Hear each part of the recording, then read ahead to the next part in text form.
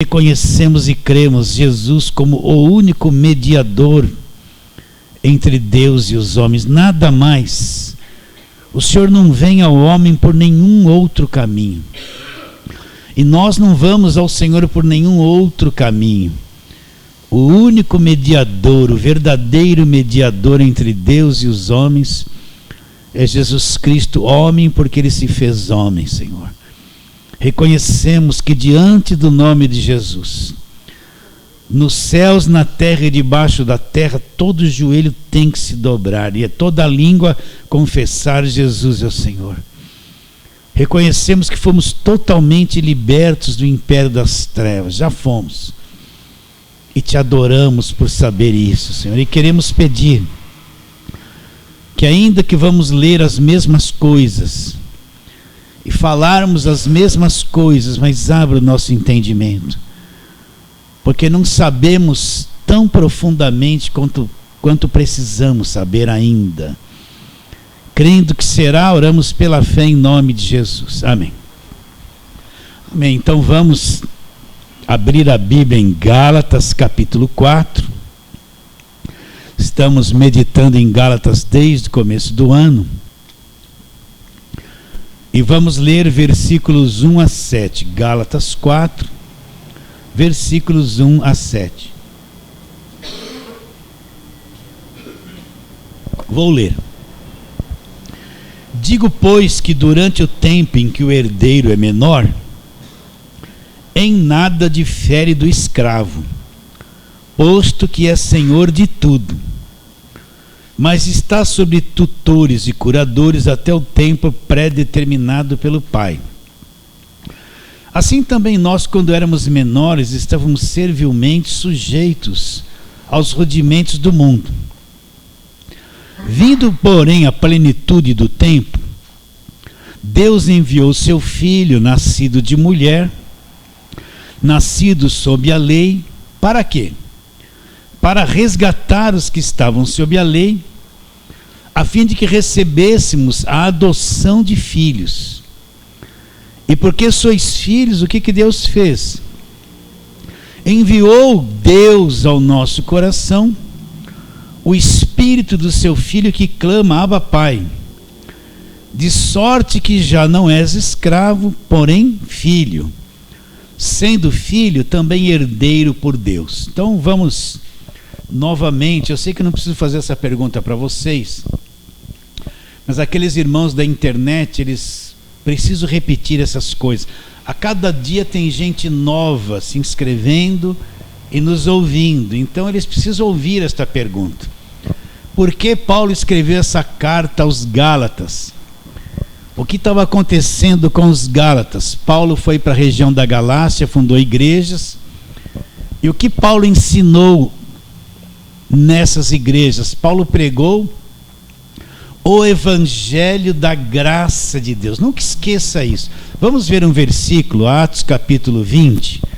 Vamos lá, depois a gente volta aqui, Atos 20, onde Paulo fala uma coisa interessante no versículo 24, onde ele diz: porém nada considero a vida preciosa para mim mesmo, contanto que complete a minha carreira. Olha lá, presta atenção. E o ministério que recebi do Senhor. Qual foi o ministério que Paulo recebeu do Senhor? Para testemunhar o quê? O evangelho da graça de Deus. Então o ministério que Paulo recebeu do Senhor não foi pregar a lei, não foi pregar judaísmo, não foi nada ligado à velha aliança. Paulo, o ministério que ele recebeu de Deus foi pregar o evangelho da graça de Deus. Em que consiste a graça de Deus? Efésios 2:8, você sabe de cor. Porque pela graça sois salvos, mediante a fé. Alguém poderia dizer assim, então foi eu que criei. Mas o versículo tira a arrogância humana.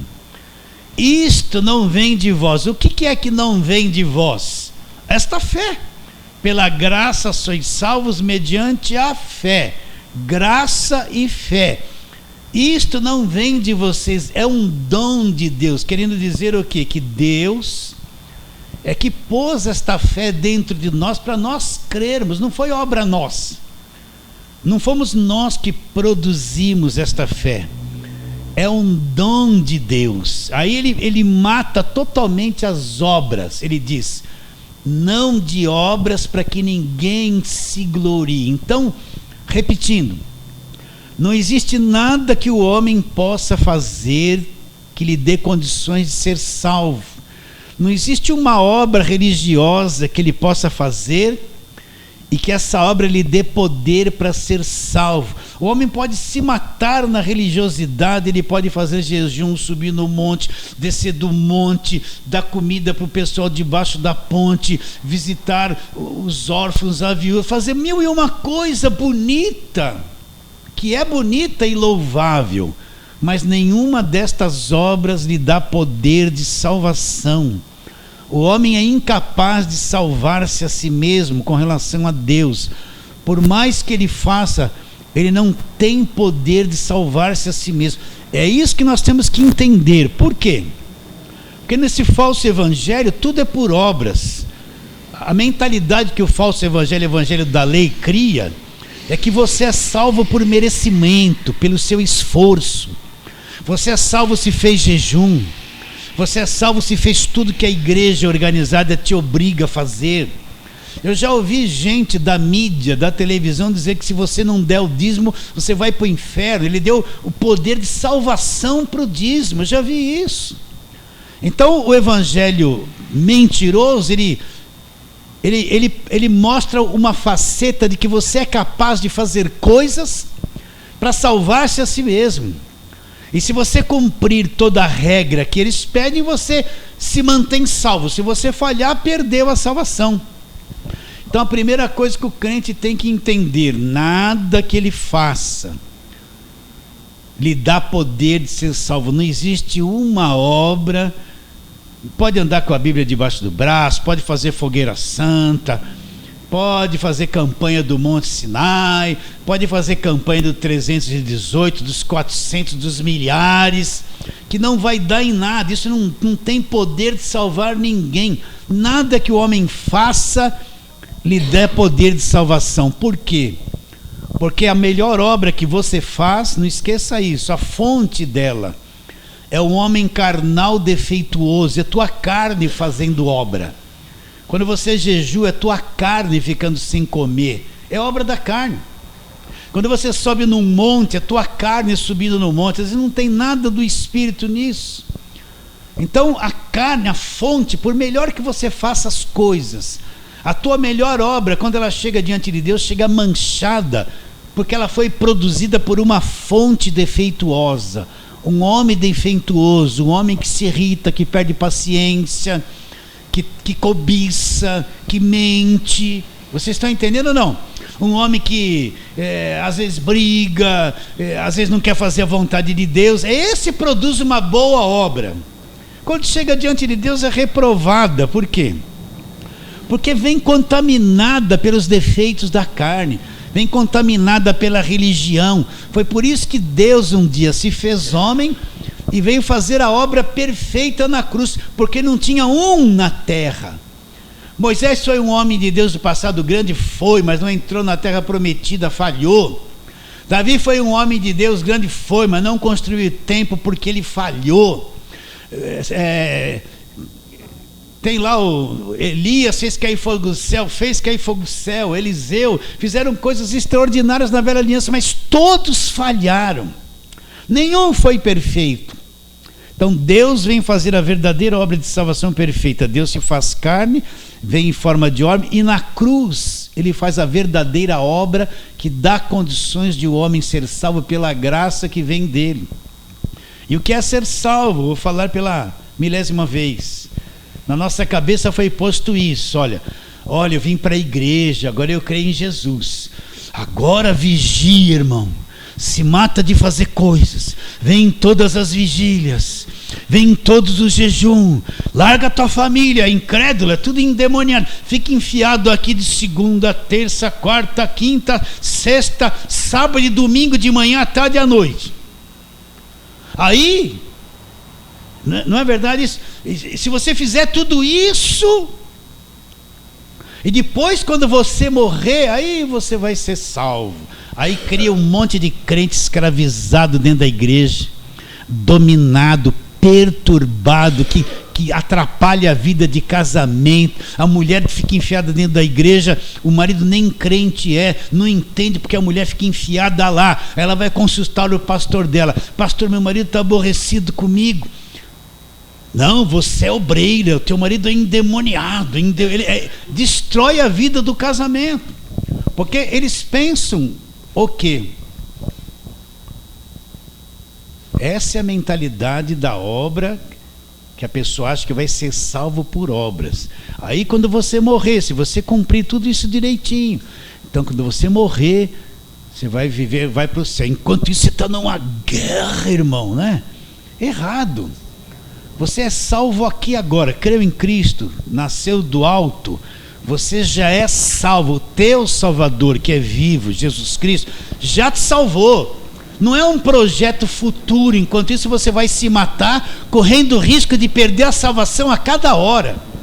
Não é isso. Você creu em Cristo, te libertou, Colossenses 1, 13 e 14, te libertou do império das trevas, já te libertou. Você tem que entender o que é ser salvo. Te libertou do império das trevas, te transportou e te pôs no reino do Filho do seu amor. Neste reino você tem a redenção, acabou a escravidão e a culpa dos pecados e a remissão. Tudo foi tirado da tua vida, já tem isso. E se você tinha vícios e presos por cadeias emocionais, Cristo já te libertou de tudo isso. Só que a única informação que você tem na mente é essa: eu descobri que Jesus é verdadeiro, descobri que Deus existe. E agora você precisa de uma igreja que te ensine o que foi feito por você na cruz, que te pregue o evangelho, que te ensine o evangelho, que nos primeiros anos da tua vida de fé te conduza no evangelho até você assimilar o evangelho, crescer e saber andar pela tua própria fé. Agora, se você cai numa igreja de lei, que só faz campanha, voto, sacrifício, vai para o meio pentecostal que você fala assim, você tem que gritar, falar línguas, gritar, você fica 10 anos gritando, e não te ensina o evangelho. Ou então vai para uma igreja legalista: agora você se converteu, não pode pôr essa roupa, não pode fazer isso, não pode. Homem só anda de paletó, a gravata, a barba é do demônio, o bigode é do demônio, né? Olha a ponta do cabelo da mulher, cortou, vai para o inferno. Você vai virar um escravo e não conhece o evangelho, e vai se sentir perdido o tempo todo, porque isso não lhe dá certeza de salvação. Se cai numa igreja dessas, é 10, 15 anos para se libertar, se libertar. Então aquele que crê em Jesus Cristo tem que ser ensinado. Agora, o que Jesus fez por você? O que é a graça de Deus? Olha, ele já te libertou disso, daquilo, está tudo pago, está tudo feitinho, tudo direitinho, tudo completo. Então ele tem que ser ensinado agora passo a passo, para ele entrar na realidade de que é salvo, que já é salvo. Ninguém precisa pôr a mão na cabeça dele para expulsar o demônio, não precisa de culto, sai todo final do culto uma gritaria para sair o mal, porque ele já é liberto do império das trevas. Ele não precisa de agorado, água ungida, unção com óleo, sabonete santo, vassoura ungida para varrer a casa dele. Ele não precisa pôr a impressão digital dele nessa tal de camiseta para dar uma oferta de R$1.000. Ele não precisa de nada disso. Ele já é salvo, já é um liberto, já é selado com o Espírito Santo. Ele só precisa aprender que é. E por fim, quando ele deixar essa carne, entra na eternidade salvo. E ele vai perder a salvação? Não, a salvação não se perde, ela foi comprada pelo sangue da cruz, é um dom de Deus, e os dons de Deus são irrevogáveis. Uma vez dado, Deus não tira ele de você. É a segurança da salvação. O que Jesus Cristo diz? De maneira nenhuma, aquele que vem a mim, de maneira nenhuma eu lançarei fora, e ninguém as arrebatará das minhas mãos. Ninguém tem poder de tirar das mãos dele. Isso é ser salvo. E como é que eu consigo tudo isso? Pela graça sois salvos mediante a fé. Isso não vem de vocês, é um dom, é um presente de Deus, não vem de obras para que ninguém se glorie. Então Paulo foi lá para os Gálatas e ensinou isso aqui para eles. Mas aí o que aconteceu? Quem chegou lá? Paulo se ausentou. Paulo não foi aquela pessoa que fundou as igrejas e ficava lá 30 anos no mesmo lugar. Paulo era um apóstolo, ele fundava a igreja, estabelecia a doutrina, via quem era mais maduro ali para cuidar do rebanho e partia para desbravar outras regiões, né? Então o que aconteceu? Paulo se ausentou. Parece que os que estavam ali como liderança não foram tão maduros. Aí chegou o pessoal da lei. Quem é o pessoal da lei? É aquele que anula a cruz. Para você ser liberto tem que pôr as mãos. A cruz não te liberta. Para você, né? Ele anula a cruz e traz você para o Velho Testamento para fazer as mesmas obras do Velho Testamento. Você fica no Velho Testamento nas obras. Tem até igreja que fala que tem que guardar sábado para ser salvo, porque sábado era lei. Vocês estão entendendo ou não? E a profeta deles, Ellen White, teve uma revelação que tinha que guardar o sábado. Tem até um livro dela paralelo, de mesmo valor, paralelo com a Bíblia que ela escreveu. Vocês estão entendendo? Chegou o pessoal da lei, o pessoal dos sacrifícios de hoje, das obras, dos jejuns. Se não der dízimo, vai para o inferno. Das campanhas de Jericó, das campanhas de Naamã, dos 318 valentes, né? Dos 300 de Gideão. Então chegou esse pessoal lá, esses que você está vendo no dia de hoje, e disseram: olha, o que Cristo fez não é suficiente, vem para cá, vem praticar estas obras.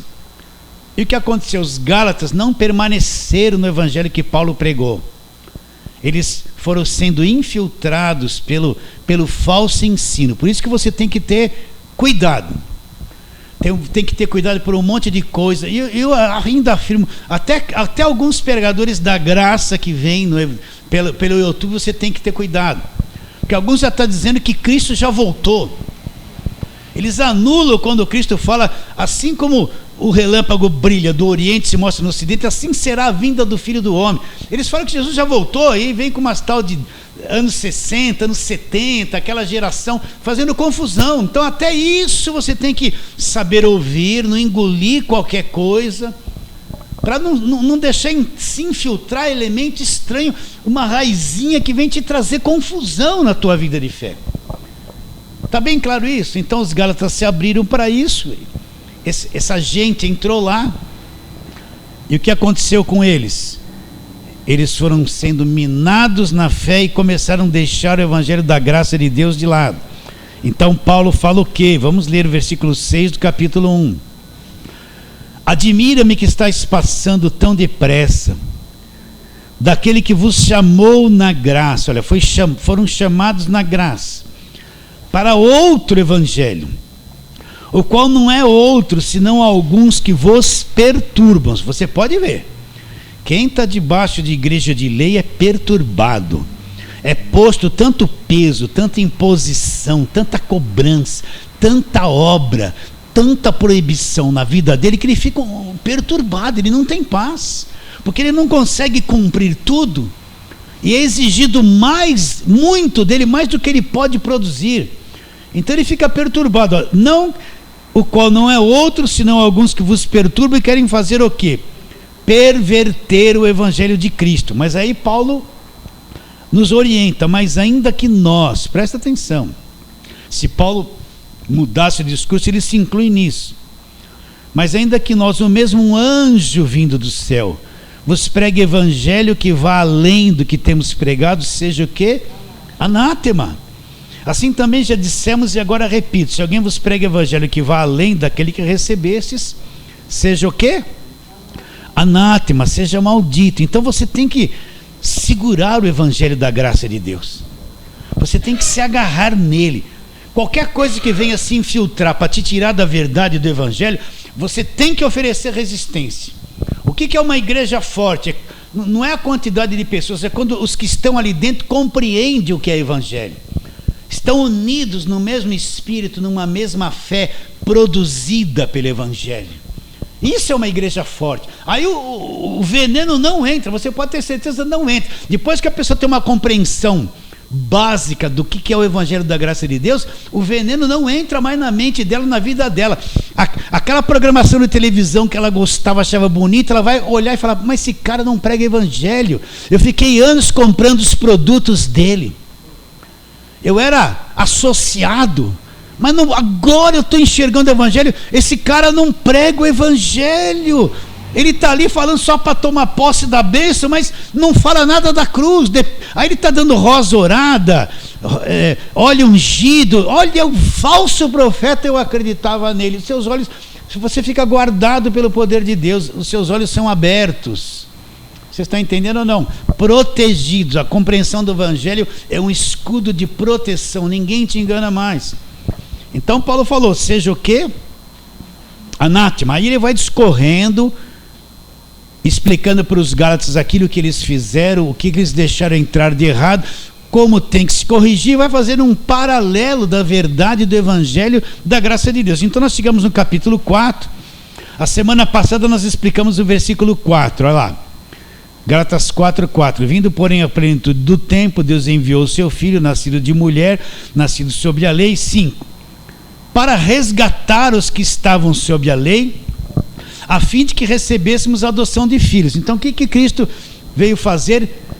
Resgatar, quando se cumpriram os tempos, né? Deus enviou o seu Filho, nasceu de mulher, não esqueça isso. Cristo nasceu como judeu, debaixo da lei, para ser obediente ao Velho Testamento, não esqueça isso. Você pode ver que Cristo não pregou o Evangelho da graça de Deus. Quando aquele jovem rico falou: bom mestre, que devo fazer para ter a vida eterna? Jesus tinha, se ele pregasse o Evangelho da graça dele, ele tinha que ter dito isso: olha, pela graça sois salvos, tal, não precisa fazer nada. Como Jesus está cumprindo a lei, o que Jesus falou para ele? Sabes os mandamentos? Jesus mostrou a lei para ele: não matarás, não adulterarás e tal. Aí o que ele disse? Jesus não pregou a graça para ele, pregou a lei, porque Jesus é um judeu, nasceu debaixo de lei, e ele vem cumprir a lei por mim e por você.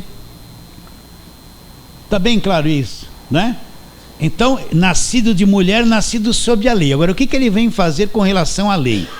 Como ninguém podia cumprir a lei, ele é Deus em forma de homem, homem Deus, Deus homem. Então, como homem, ele vem cumprir toda a velha aliança, ele vem cumprir a lei.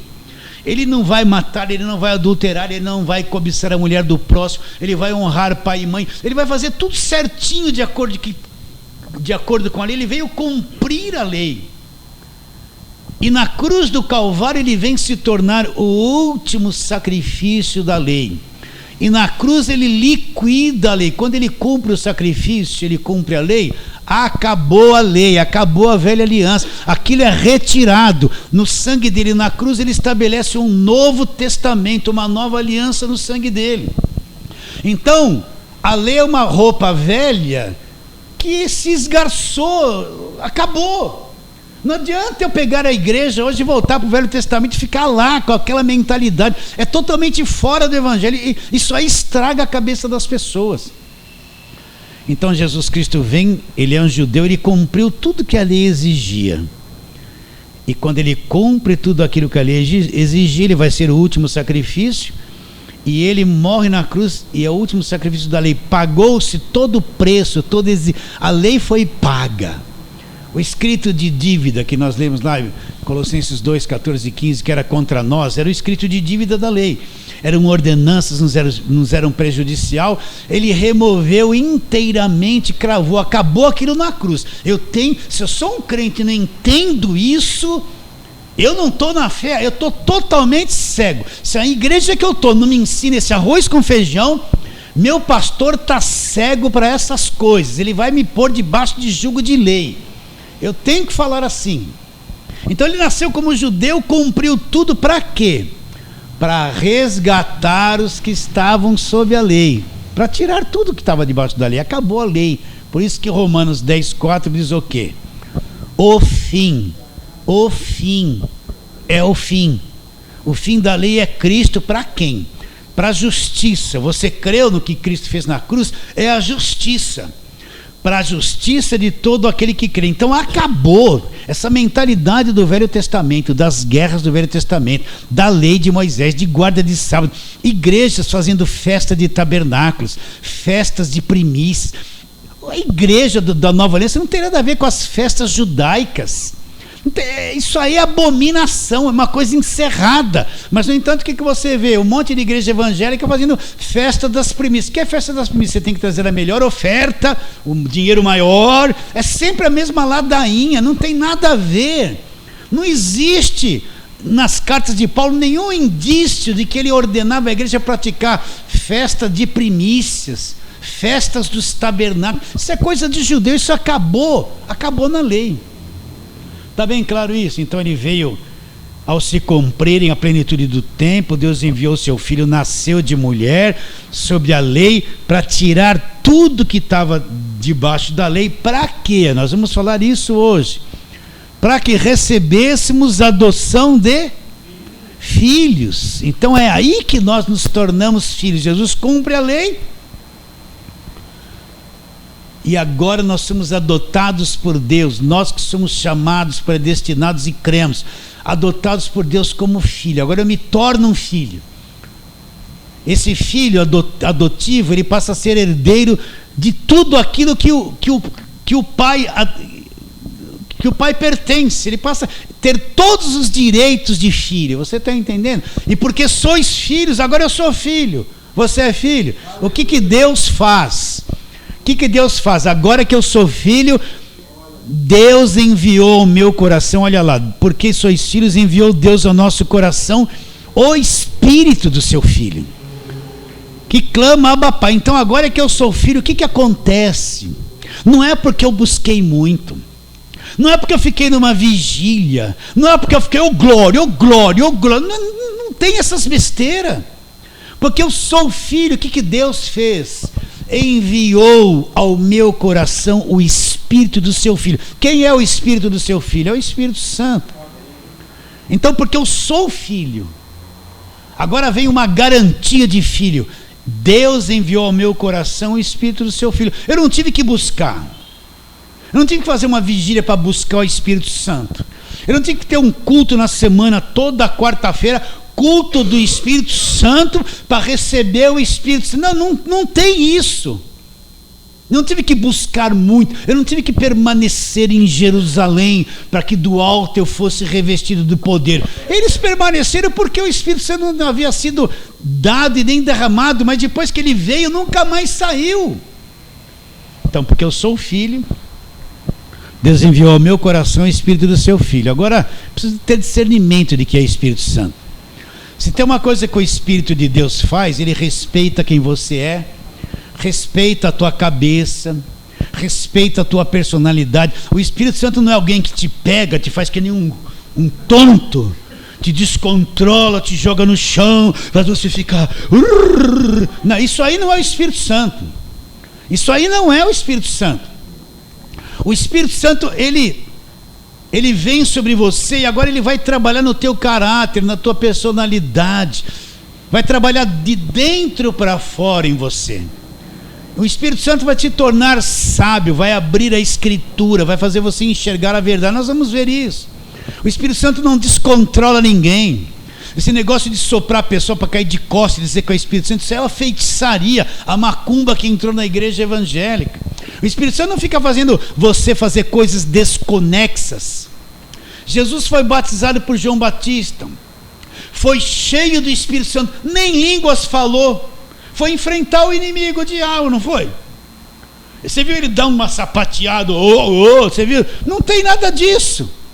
Nem línguas falou, não foi cheio do Espírito Santo. João Batista não foi cheio do Espírito Santo desde o ventre da sua mãe Isabel.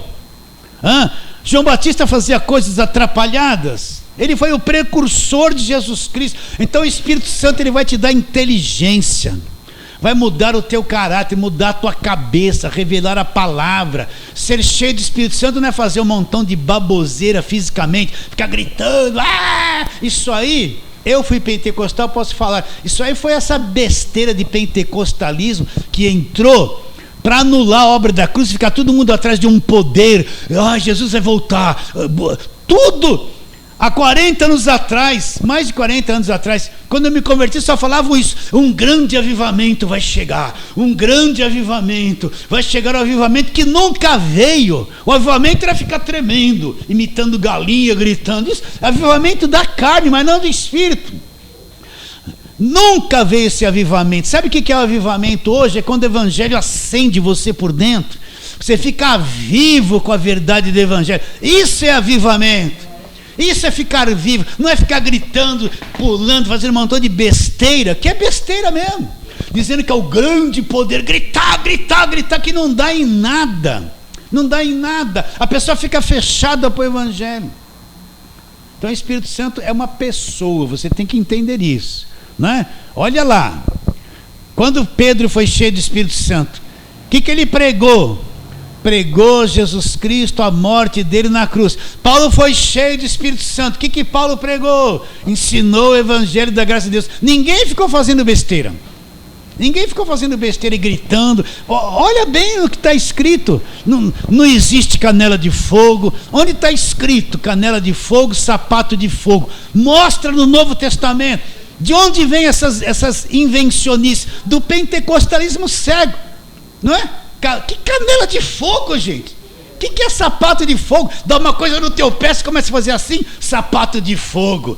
Daí que vem essas músicas, é fogo, fogo santo, puro santo, fogo e poder, 300 graus de puro fogo santo e poder. Daí que vem essas músicas que não é louvor, é mais feitiçaria do que louvor. O crente quer ser queimado. Puro fogo, fogo santo, fogo consolador. Ele fala que o fogo é consolador. Queima, Senhor, queima. Daí que surgiu, queima ele. Daí que surgiu, queima ele. Ele quer ser queimado, né? Tem uma música aí que está todo mundo cantando agora. Ela, como é que ela canta assim? Vem, Senhor, vem, né? Vem me incendiar. Como é que é? Dá uma dicasinha, ela está na mídia aí. Vem me incendiar, vem me incendiar. Que vem me incendiar o quê, gente? Né? Vocês estão entendendo? Todo mundo está cantando essa música aí na mídia agora. Vem me incendiar, né? Que vem incendiar? Não tem nada disso na Bíblia. Mas ele quer pegar fogo, né?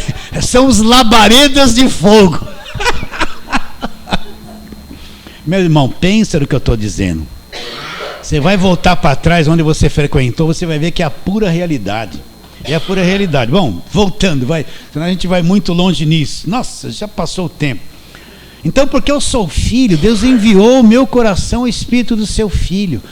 Então vamos ler aqui. Vamos lá, Efésios capítulo 1, Gálatas, Efésios. É o livro seguinte. Olha lá, vamos ler versículos 13 e 14. Efésios 1:13, olha, em quem também vós, olha, isso aqui é o apóstolo Paulo dizendo, aquele que viu Jesus ressuscitado, que foi até o terceiro céu, que sabe o que fala. Ele não está emocionado, empolgado com grito, com nada. Ele sabe o que fala, olha lá. Em quem também vós, depois que ouvistes a palavra da verdade. O que é para Paulo a palavra da verdade? É velha aliança? É lei? Não. Em quem também vós, depois que ouvistes a palavra da verdade, o evangelho, para Paulo a palavra da verdade é o evangelho, o evangelho da vossa salvação. Tendo nesse evangelho crido, o que aconteceu comigo quando eu criei no evangelho? Fostes selados com o Espírito Santo da promessa. Agora Paulo não fala aqui, ó, se não falar em línguas não é selado com o Espírito Santo. Não, ele está dizendo que quando eu criei no evangelho da minha salvação, fui selado com o Espírito Santo da promessa. Já fui selado, só quando eu criei no evangelho. Para o pentecostal, se não falar o selo é falar em línguas. Se não falar em línguas, está condenado, né? Não tem nada a ver uma coisa com... Línguas é um dom. Não é uma pessoa, é um dom, nada mais que isso. Agora, o que é o selo do Espírito Santo? Você compra uma propriedade, o que você vai fazer? Vai lavrar uma escritura, sim ou não? Vai se fazer uma escritura, no cartório, vai registrar essa escritura a partir dessa data, fulano de tal, SIC RG e tal e tal e tal, compra de fulano de tal, a propriedade tal, com essa medida tal, no valor de tal, vai registrar, e aquela propriedade passa a ser tua com uma escritura registrada. Ninguém te toma, você pagou por ela, né? Se vir alguém dizendo, não, esse lugar é meu, está aqui a escritura, o registro de que isso é meu, ninguém te toma, sim ou não? Então, como você é filho de Deus, agora Deus vem lavrar uma escritura dentro de você, propriedade dele, filho dele, ele vem e te sela com o Espírito Santo, é a escritura de Deus, presta atenção, de que você é um filho liberto do império das trevas, propriedade de Deus, ninguém te toca, olha o que eu estou te dizendo, foi comprado pelo sangue da cruz, é salvo e será sempre salvo. É o registro de Deus, você é selado com o Espírito Santo da promessa, porque você creu em quê? No Evangelho da graça de Deus. Então, uma coisa diferente que o Evangelho tem de todas as outras religiões, inclusive do Velho Testamento. As outras religiões, o Deus é lá, ó, está lá no templo, é um Deus fora.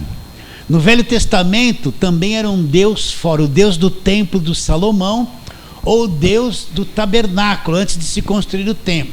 Na Nova Aliança, Deus, ele vem para dentro dos seus filhos. É um Deus dentro de cada um de nós, não é um Deus externo.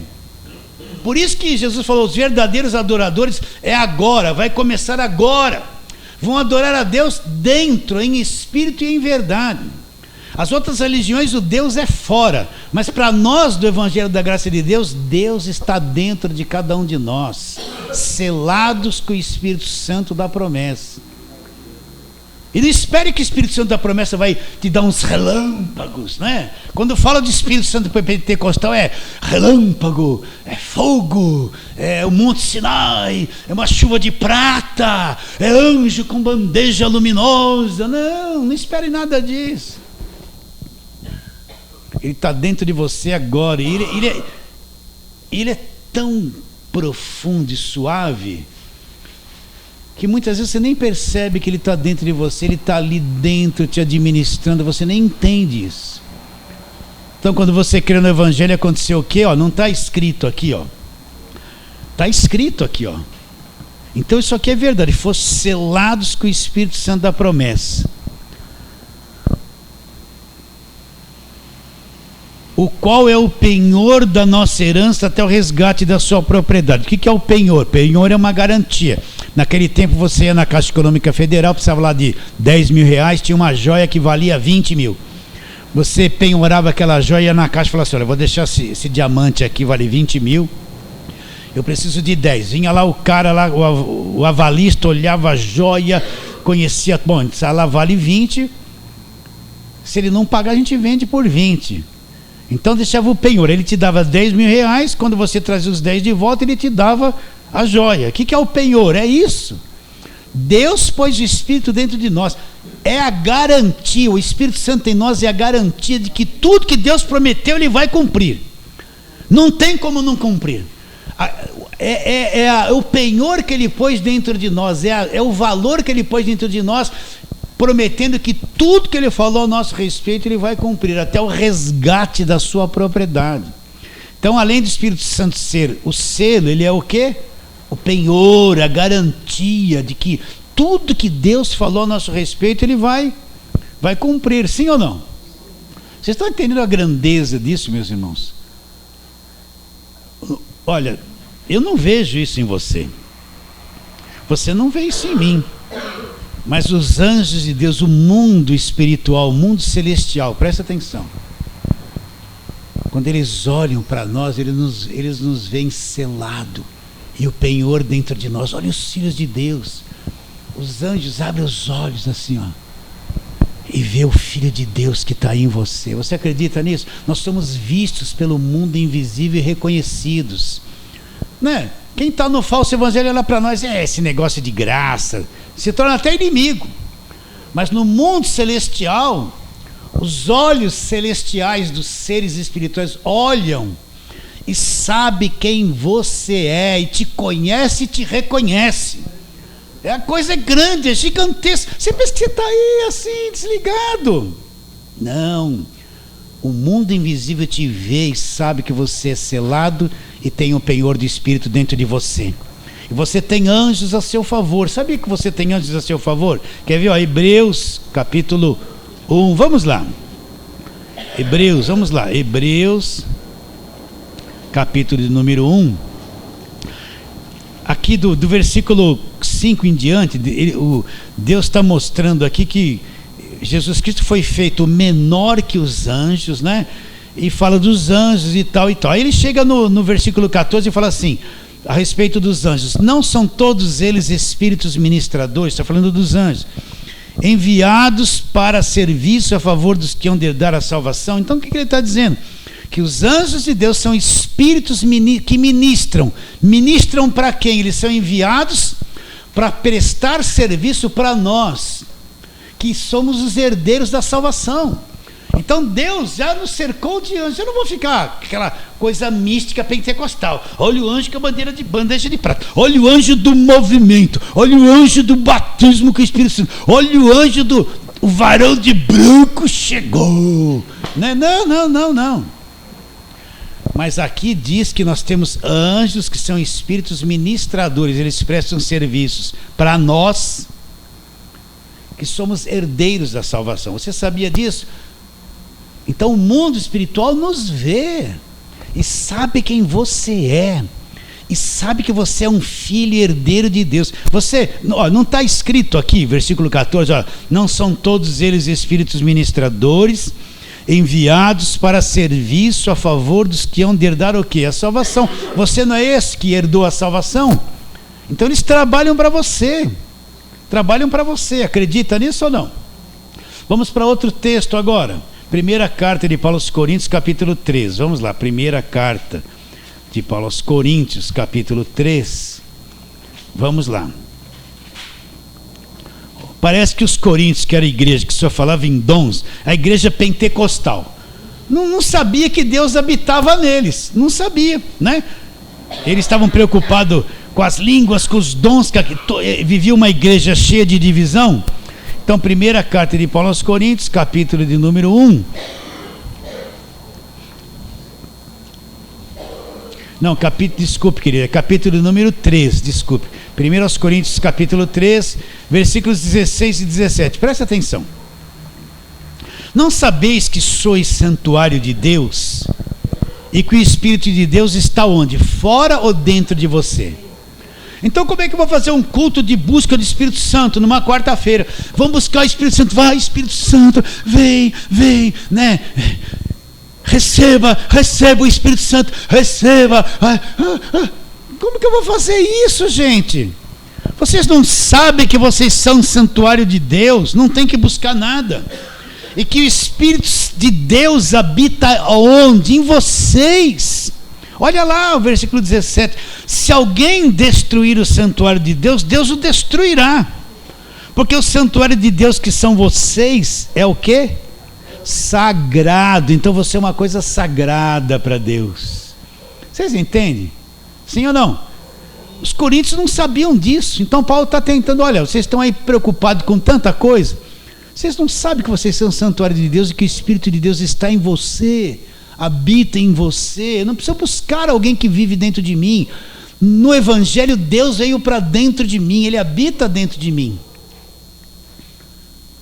Você acredita nisso? Pastor, mas eu não senti nenhum fogo, santo, fogo. Não vai nem sentir. Mas que Ele está aí dentro de você agora, Ele está. Não é? Pastor, como é isso, né? Só uma palhinha para você tentar entender. Vamos supor que o presidente vai entrar em cadeia nacional. Ele vai trazer uma mensagem para o povo brasileiro. Vai acabar com os impostos, né? Já pensou? Aí 19 horas ele vai entrar em todos os canais de televisão. Ele está lá em Brasília, mas ele vai ter uma transmissão e ao mesmo tempo vai aparecer numa tela dentro de cada casa. E como todo mundo não quer que acabe os impostos, está todo mundo ligado lá. Ele está lá em Brasília, mas ao mesmo tempo numa imagem dentro da casa de cada um pela televisão. Não sei como é, mas que a tela é o nosso espírito, a coisa está lá. E ele está ao mesmo tempo dentro de cada um de nós. Isso é um mistério. Mas que ele está. Você entendeu ou não? Vamos mais para frente aí no capítulo de número 6 da primeira carta aos Coríntios. Versículo 19 e 20. Olha como isso é grande que nós vamos ler. Acaso não sabeis que o vosso corpo é santuário do Espírito Santo? Olha lá, onde está o Espírito Santo? Que está em vós. Ah, não, pastor, não pode ser. Eu estou buscando ele toda quarta-feira. Você está, mas está na hora de parar, né? Acaso não sabeis que o vosso corpo é santuário do Espírito Santo que está em vós? E de onde eu tenho isso? O qual tendes da parte de Deus, e vocês não são de vocês mesmos. Aí ele fala, porque fostes comprados por preço.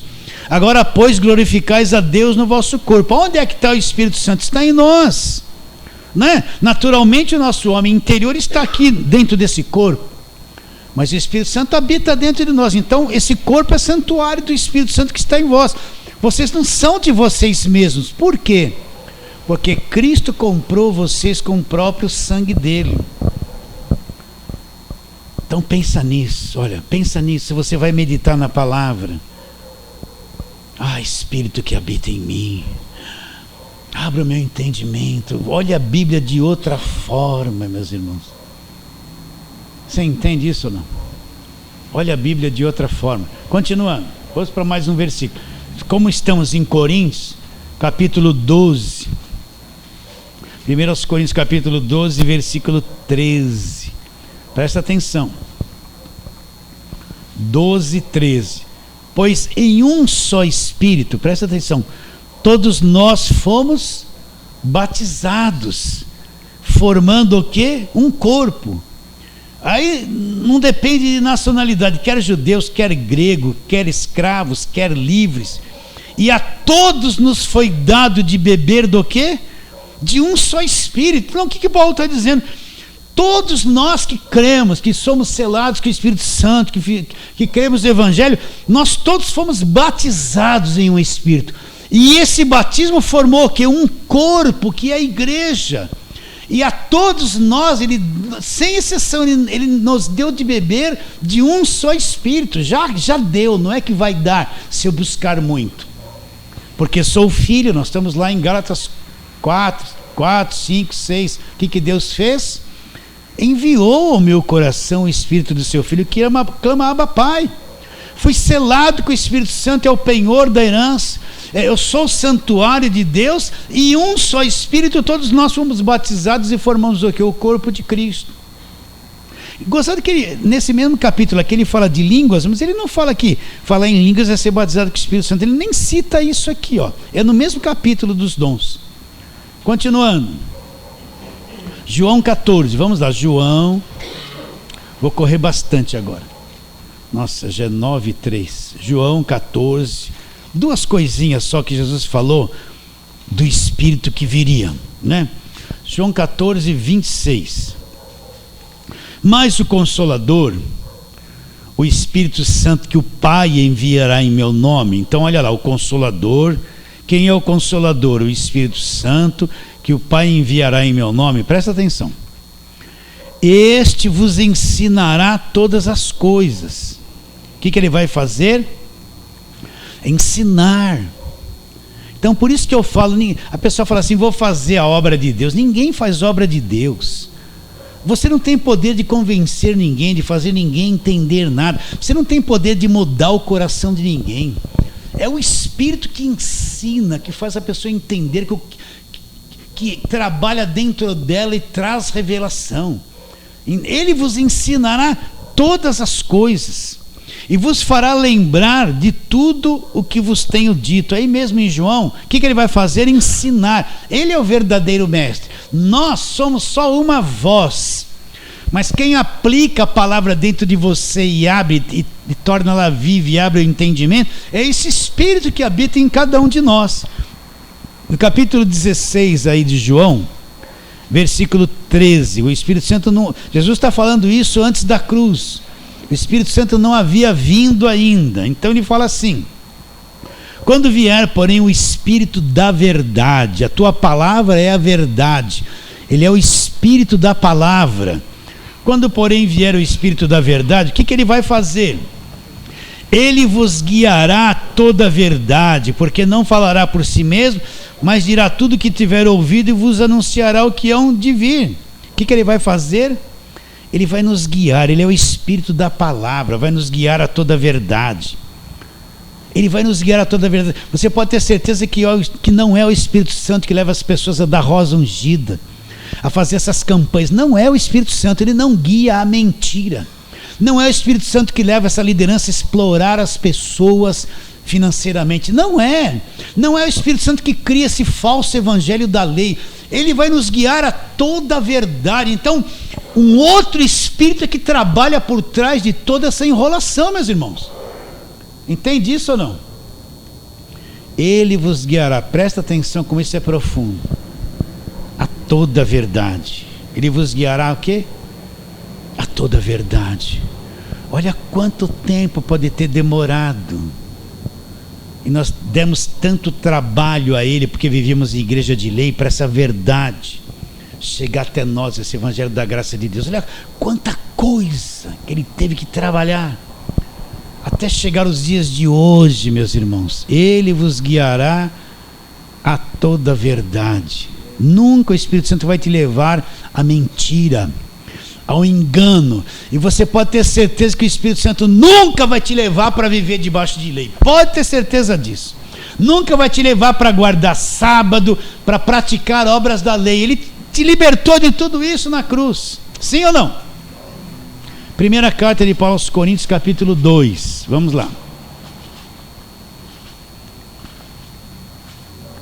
Primeira carta de Paulo aos Coríntios, capítulo 2, olha lá. Versículo 7 em diante. Como Paulo falava a sabedoria de Deus. 1 Coríntios 2, 7. Mas falamos sabedoria de Deus em mistério. Estava oculta lá, oculta, outrora oculta, o qual Deus preordenou desde a eternidade para a nossa glória. Então, Paulo estava falando da sabedoria de Deus, que era o Evangelho, que foi oculta para as gerações anteriores. Era essa a sabedoria de Paulo. Foi oculta para o pessoal dali. Eles não entenderam como Paulo entendeu. Aí ele diz, vou ler de novo: mas falamos a sabedoria de Deus em mistério, outrora oculta, a qual Deus pré-ordenou desde a eternidade passada para a nossa glória. Aí ele diz, versículo 8, sabedoria essa que nenhum dos poderosos desse século conheceu, porque se tivesse conhecido, jamais teriam crucificado o Senhor da glória. Aí ele cita lá Isaías, mas como está escrito, não passou pelos olhos, não passou pelos ouvidos, e nem jamais penetrou no coração humano o que Deus tem preparado para aqueles que o amam. Então ele está dizendo que os nossos olhos, os nossos ouvidos, as nossas emoções, o coração humano não tem como compreender essas coisas. Esse lado humano não tem como compreender. Mas Paulo, como é que você entendeu essas coisas? Aí ele fala, mas Deus nolo revelou pelo Espírito. Então como que Paulo enxergou essa sabedoria oculta que estava em mistérios? Deus revelou a ele pelo Espírito. Então por isso que eu falo sempre sobre a revelação da palavra. Se Deus não abrir o entendimento, você não vai ver, não adianta. A mente humana não consegue entender. Chega para quem está debaixo da lei e fala assim, você está fazendo campanha de libertação, ele nos libertou do império das trevas, já libertou, ele vai olhar para você, não consegue crer. Mas não está escrito aqui, não é bem assim. E os demônios? Ele vai falar isso. E essas manifestações? Não, porque ele está numa igreja que está cheia de gente que diz crente, fica tudo encapetado lá. Como é que ele vai? Você percebe? Se não for por revelação, não entende. pode estar lendo 100 vezes a mesma coisa, não entende. Mas Deus, versículo 10, nolo revelou pelo Espírito, como está Espírito em letra maiúscula, é o Espírito de Deus. Porque o Espírito a todas as coisas perscruta, até as profundezas de Deus. Porque qual dos homens sabe as coisas do homem? Presta atenção, olha lá, um outro Espírito, senão o seu próprio Espírito que nele está. Assim também as coisas de Deus, ninguém as conhece, senão o Espírito de Deus. Agora, olha o versículo 12, por que você foi selado? Porque o Espírito Santo veio morar em você, porque ele se tornou o penhor, né? Versículo 12, olha, ou se entenda. Ora, nós não temos recebido o Espírito do mundo. Então há um Espírito no mundo? Há. Mas o Espírito que nós recebemos não é o Espírito do mundo. O que nós recebemos? E sim o Espírito que vem de Deus, Espírito com letra maiúscula, se referindo ao Espírito Santo. E sim o Espírito que vem de Deus. Para que eu recebi o Espírito Santo que vem de Deus? Para quê? Para que conheçamos. Para quê? Para conhecer. Para conhecer. Para conhecer. Para que conheçamos. Conheçamos o quê? O que por Deus já nos foi dado, pagando preço, fazendo voto, fazendo propósito, fazendo sacrifício. Não! Para que conheçamos o que por Deus nos foi dado de graça. De graça. Olha o Evangelho aqui, nós recebemos o Espírito para conhecer, para saber o que Deus nos deu gratuitamente, através do quê? Do sacrifício perfeito, da obra da cruz perfeita realizada por nós. Então o Espírito nos foi dado para conhecer esses mistérios que estavam ocultos no passado e das gerações, para que conheçamos o que Deus nos deu gratuitamente. Por isso que eu falo, pela graça sois salvos, mediante a fé. Isso não vem de vós, é dom de Deus, não vem de obras para que ninguém se glorie. Tudo na nova aliança é dado para o homem gratuitamente. Gratuitamente. O que se conclui? Se conclui que esse falso evangelho cobra tudo. Tudo tem um custo, tudo tem um preço a pagar, tudo tem custo. É o evangelho mentiroso, tudo se cobra. Mas o evangelho da graça, tudo foi dado para nós como? Gratuitamente. Gratuitamente. Eu estou firmando isso para você entender. Então Deus não está cobrando nada. Deus não está exigindo nada. Deus não está te apertando para pagar preço. Se ele vai te pagar preço, veio do meio pentecostal. Tudo tem um preço. Estou pagando o preço, vai pagar até o fim da vida e não vai ter casa própria. Está pagando aluguel para as bênçãos. Nunca vai ser sua. Nunca. Você está pagando aluguel. Não vai ser sua. Não vai ter nada próprio. Se não entrar para o evangelho da graça de Deus. Está entendendo ou não? Então tudo é de graça. Tudo é de graça. Como é que uma pessoa pode achar, presta atenção, que ela vai dar um dinheiro? A igreja precisa de dinheiro? Claro que precisa. A igreja tem aluguel para pagar, tem um monte de coisa para pagar, precisa pagar programação de rádio, tem tanta coisa para fazer. A igreja precisa de dinheiro? Precisa, meus irmãos, não é? Mas Deus não é movido porque você deu um dinheiro para a igreja. Você está entendendo isso? No falso evangelho, Deus se move pelo teu dinheiro, né? Olha só o que eles fazem. Tá com um problema com a filha, pega esse envelope em nome de Jesus, pega o envelope, põe o nome da sua filha e põe a sua oferta. Põe a sua oferta de fé, entende, no envelope. Olha que desgraça é isso. Estão associando para a filha receber uma bênção com um envelope, uma oferta de fé. Isso é mentira, isso é calúnia, isso não é evangelho. Acho que vão comprar Deus com isso.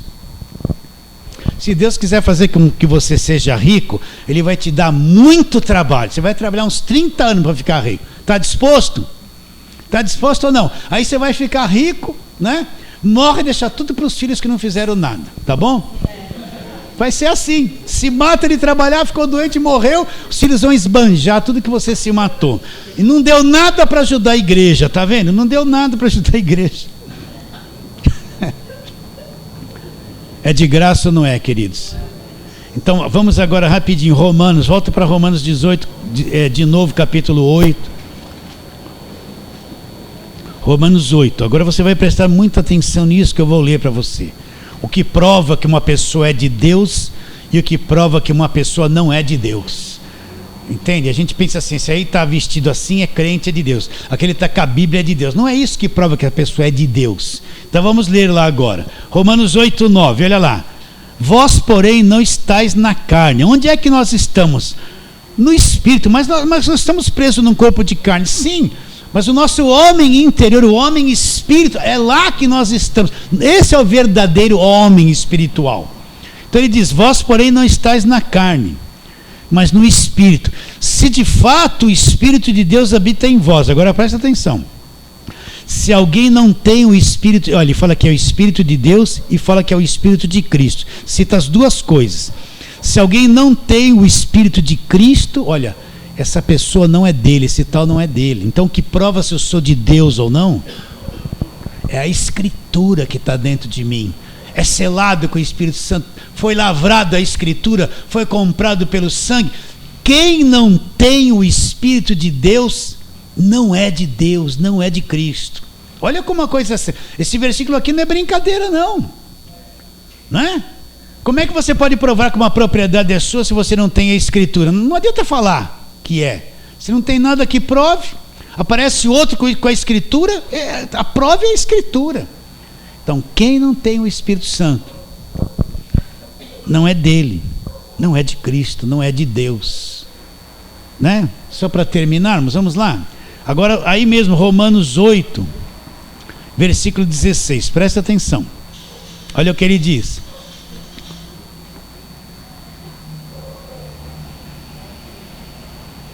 Versículo 16, o próprio Espírito testifica com o quê? Com o nosso Espírito testifica o quê?